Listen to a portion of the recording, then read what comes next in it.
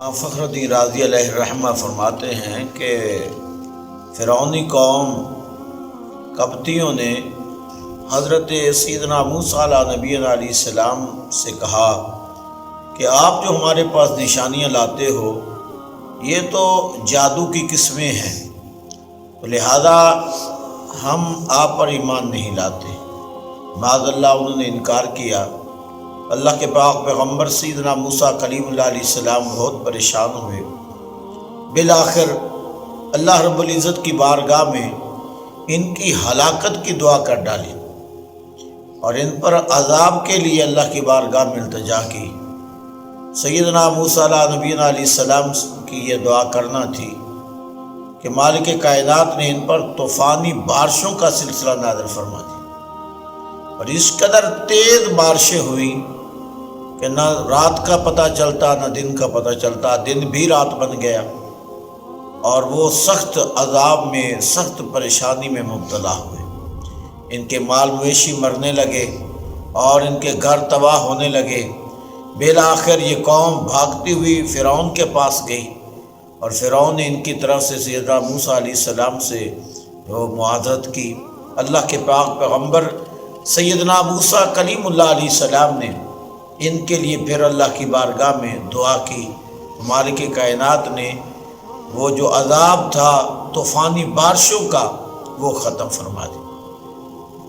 زمین جو ہے وہ نرم پڑ گئی اور اس میں بہترین قسم کی کھیتیاں اگی، سبزیاں، پھل، بہترین قسم کی کھیتیاں، اور درخت سرسبز و شاداب ہوئے۔ تھوڑا ہی وقت گزرا، یہ قوم پھر نافرمانی پر اتر آئی اور سیدنا موسیٰ علیہ نبی علیہ السلام کی نافرمانی پر اتر آئی اور کھلم کھلا کفر شروع کر۔ تو مالک کائنات نے ان پر ٹڈی دل مکڑی کا جو ہے وہ مکڑی کی صورت میں عذاب نازل کی۔ اتنی کثیر تعداد میں ٹڈی دل جو تھی، مکڑی جو تھی، وہ ان پر عذاب کی صورت میں مسلط ہوئی کہ وہ تمام ان کی کھیتیاں جو ہے وہ چٹ گئی، کھا گئی۔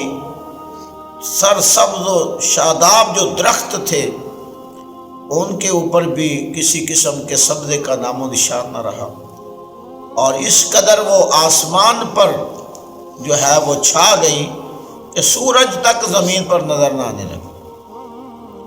پھر اللہ کے پاک پیغمبر سیدنا موسیٰ علیہ السلام کی بارگاہ میں حاضر ہوئے اور آ کر معافیاں مانگنے لگے، اے اللہ کے نبی ہمیں معاف فرما دے، ہم آپ پر اور آپ کے رب پر ایمان لاتے ہیں۔ اللہ کے پاک پیغمبر سیدنا موسیٰ علیہ نبی علیہ السلام نے اس قوم کی پھر معافی کے لیے اللہ کی بارگاہ میں دعا کی۔ اللہ پاک نے ان کو پھر معاف فرمایا اور جو ہے وہ ان پر اپنی رحمتوں کا سلسلہ جاری فرمایا۔ زیادہ دیر نہ گزر پائی مگر یہ قوم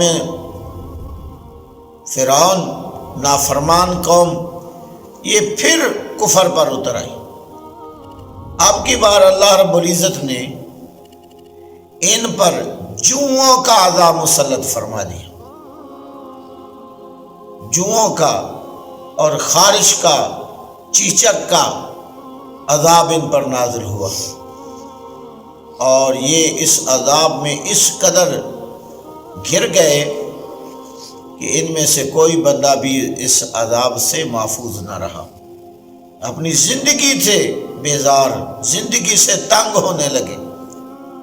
بالآخر اللہ کے پاک پیغمبر سیدنا موسیٰ علیہ نبی علیہ السلام سے یہ پھر آ کر معافیاں مانگنے لگے اور آپ نے کفر پر شرمندہ ہوئے اور یقین دہانیاں کروانے لگے کہ اللہ کے نبی ہم آپ پر مکمل یقین لائیں گے، انکار نہیں کریں گے، کفر نہیں کریں گے۔ اللہ فرماتا ہے لَإِن شَكَرْتُمْ لَأَزِيدَنَّكُمْ وَلَئِن كَفَرْتُمْ إِنَّ عَذَابِي لَشَدِيدٌ۔ یہ بار بار کفر کرتے رہے اور معافیاں مانگتے رہے اور عذاب کا شکار ہوتے رہے۔ جوؤں کا عذاب ان سے ٹلا، تو اب کی بار جب یہ ظلم سے، اس جو عذاب سے نجات پا گئے، تو کچھ دیر گزری کہ یہ پھر نافرمانی پر اتر آئے۔ پھر حضرت موسیٰ علیہ نبی علیہ السلام کے معجزات کا انکار کرنے لگے، خدا کی وحدانیت کا انکار کرنے لگے، اور یہ پھر انہوں نے کفر شروع کر دیا۔ آخر یہ کیا قوم تھی؟ پھر انہوں نے کفر شروع کر دیا۔ تو مالک کائنات نے ان پر مینڈکوں کا عذاب نازل فرمایا۔ اس قدر تیز مینڈکوں کی بارش ہوئی کہ ان کے گھروں میں مینڈکیں، ان کے بستروں میں مینڈکیں، ان کے کھانے میں مینڈک، ہر طرف مینڈک ہی مینڈک تھے، یہاں تک کہ یہ رہنا، ان کا چلنا، ان کا پھرنا، بیٹھنا اٹھنا دشوار ہو گیا۔ ہر طرف مینڈک ہی مینڈک نظر آنے لگے۔ بالآخر یہ پھر اللہ کی بارگاہ میں اور حضرت موسیٰ علیہ السلام کی بارگاہ میں گڑ گڑائے تاکہ وہ ہمیں رب سے معافی لے کر دے۔ اللہ کے پاک پیغمبر موسیٰ علیہ السلام کی بارگاہ میں جب بھی آتے تو حضرت موسیٰ علیہ السلام ان کے لیے معافی کے لیے اللہ کی بارگاہ میں عرض کر دیتے، اور مالک کائنات اپنے پاک پیغمبر پیارے نبی سیدنا موسیٰ علیہ السلام کی دعا کو رد نہ فرماتے، ان کی التجا کو رد نہ فرماتے، بلکہ اپنے لاڈلے پیغمبر موسیٰ علیہ السلام کی دعا کو قبول فرماتے اور ان سے عذاب کو دور فرماتے۔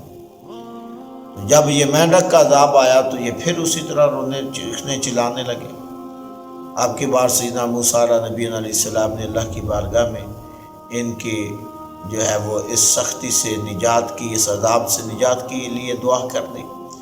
اللہ پاک نے ایک تیز بارش کا سلسلہ فرمایا کہ یہ جو مینڈک تھے یہ سارے بہہ کر سمندر کی طرف چلے گئے، اور یہ لوگ پھر اس عذاب سے نجات پا گئے۔ تھوڑی ہی دیر گزری تھی کہ یہ لوگ پھر نافرمانی کا شکار ہو گئے، پھر انہوں نے کفر کر ڈالا۔ اللہ کے پاک پیغمبر سیدنا موسیٰ نبی علیہ السلام نے پھر ان پر عذاب کے لیے اللہ کی بارگاہ میں دعا کی، تو اب کی بار جو عذاب تھا وہ خون کی صورت میں تھا۔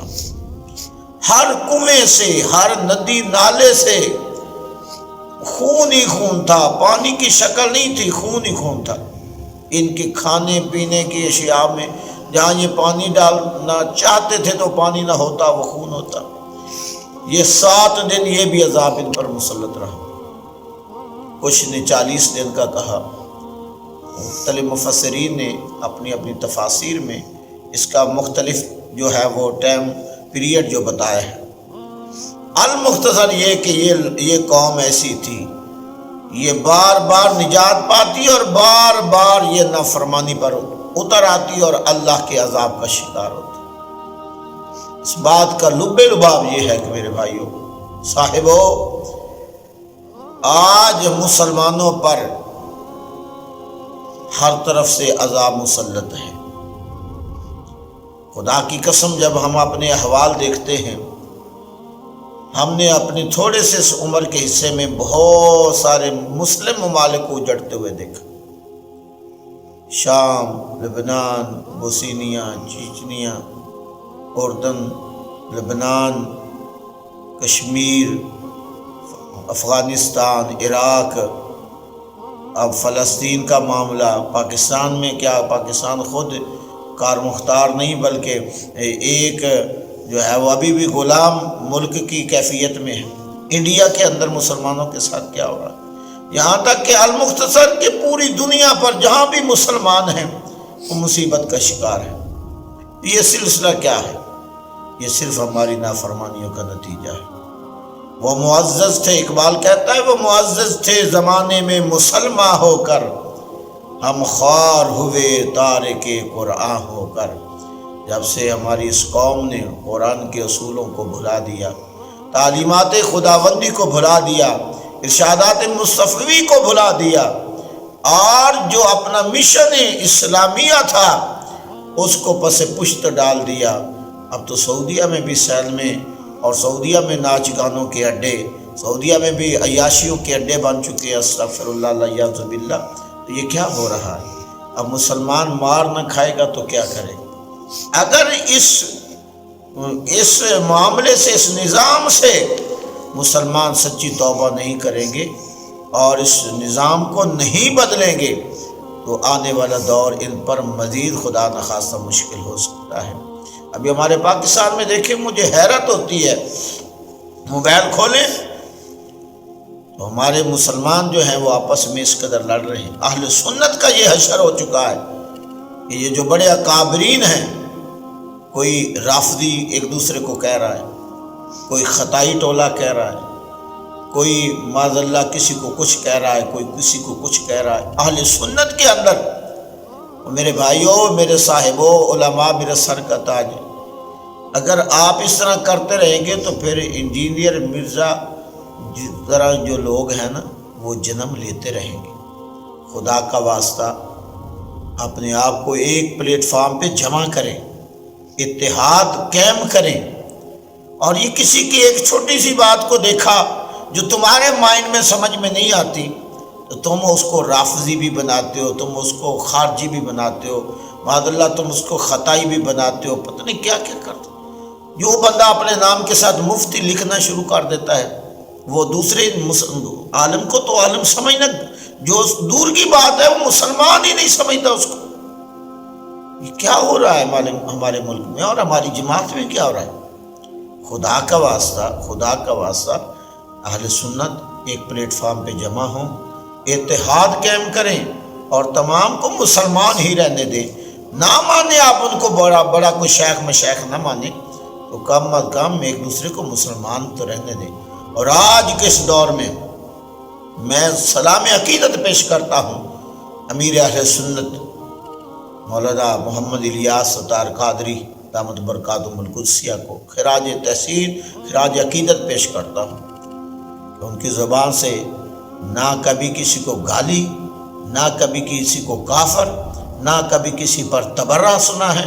خدا کی قسم وہ مرد مجاہد اپنا کام کر رہا ہے اور وہ کرتا رہے، اور لوگ جو ہے ان کے خلاف بھی بہت زیادہ اختلافات کرتے ہیں۔ نہ وہ کسی کو خارجی کہتے ہیں، نہ وہ کسی کو رافضی کہتے ہیں، نہ کسی کو وہ خطائی کہتے ہیں، نہ کسی کو وہ رسائی کہتے ہیں، نہ وہ کسی کو کچھ کہتے ہیں، اپنا وہ کام کر رہے ہیں، مسلک کا کام کر رہے ہیں۔ کام تو یہ ہوتا ہے، آپ اپنے نام کے ساتھ لیبل لگا لیتے مفتی فلاں فلاں فلاں، تو ساتھ دوسرے پر تبرہ شروع کر دیں۔ کو خدا کا واسطہ کچھ خیال کریں، اس قوم کو رہنے دیں۔ اس ملک میں جماعت اہل سنت کا راج تھا، راج رہنے دیں۔ اللہ پاک میری عرضی کو قبول فرمائے اور ہم سب کو اہل سنت کو اتحاد اور تمام مسلمانوں کو اتحاد نصیب فرمائے۔ وآخر دعوانا